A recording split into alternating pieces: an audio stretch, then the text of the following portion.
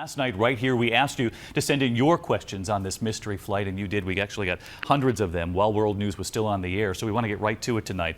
I want to bring in our aviation expert, John Nance, a pilot himself. And John, so many viewers asking the same thing.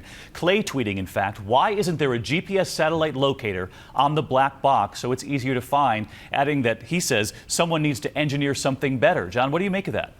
He's exactly right. I wish we could. The problem is that if this thing happens to be under 15 or 16,000 feet of water, you can't get a radio signal out to reach a satellite. Even on land, if it's too enfolded in metal, if a crash situation is on land, then that may also be a problem. But I agree, if we could find an engineering solution, that would be excellent. And John, the next question has to do with the cockpit and the pilots themselves. Cody asking, is there a legitimate reason to turn off the trackers, pilots shutting down the systems that track their plane in the first place?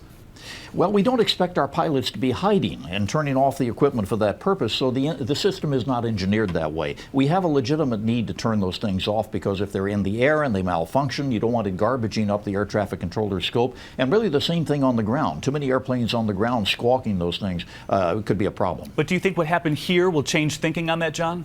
It could, but then again, we've got 93,000 flights a year, David, over the Earth, and every one of those gets to their destination almost always. We've never had this happen before, so the impetus really isn't there to change. All right, John, stick with us here. I want to bring in David Curley, who's been with us every step of the way. This next question for you, David, and this came up repeatedly. A viewer asking, if the plane has crashed into the ocean, why aren't they using submarines to help in the search? It is a good question. The U.S. doesn't talk about what its submarines can do or what they are doing. But two experts tell us it may not be the best tool to look for these black boxes. The reason is they work at 20,000 feet down, but they only radiate a signal about a mile. So you really have to be on top of it to actually hear it. So the sub may not be the best tool to do that with, but we don't know whether they're actually using them or not. To hear it, and you're talking about the pinging there, you bring that up. We know there's just about 2 weeks left.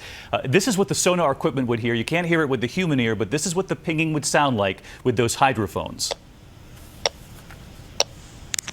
John, you know that sound well. One viewer, Gina, asking how long after that pinging is done, after the original 30 days, does the data remain viable inside those black boxes?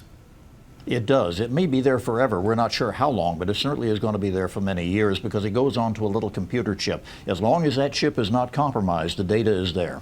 All right, we're going to stay on this. Gentlemen, we thank you both and keep the questions coming. Remember to tweet us, use the hashtag AskWorldNews, and we'll do this again tomorrow night right here.